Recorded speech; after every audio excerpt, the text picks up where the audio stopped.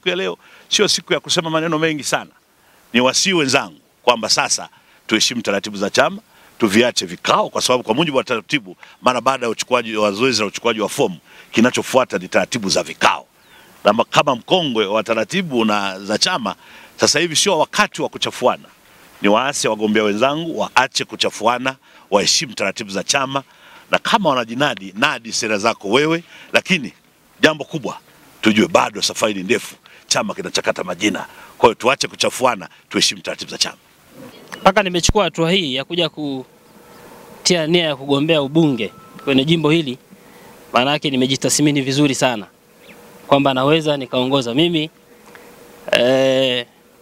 kabla ya kuja hapa niliwaambia hata kipindi kile kwamba ni mwenyekiti wa CCM wa wilaya Mbeya mjini. Kwa hiyo kwa nafasi hiyo ya mwenyekiti wa CCM ya wilaya Mbeya mjini nimechaguliwa katika vipindi viwili. Nimechaguliwa tangu 2017 ili jimbo likiwa upinzani. Nimepambana na wanachama wenzangu kuhakikisha tunagomboa jimbo hili la Mbeya mjini na tukapata mbunge mahiri sana, Dr. Tulia Ackson. Na baadaye nikachaguliwa mara ya pili mwaka 2022. Nikachaguliwa na wanachama hawa kaniamini na chama changu kikaniamini. Kwa hiyo katika mazingira hayo nimefanya kazi sasa naelekea miaka 10 kwenye jimbo hili.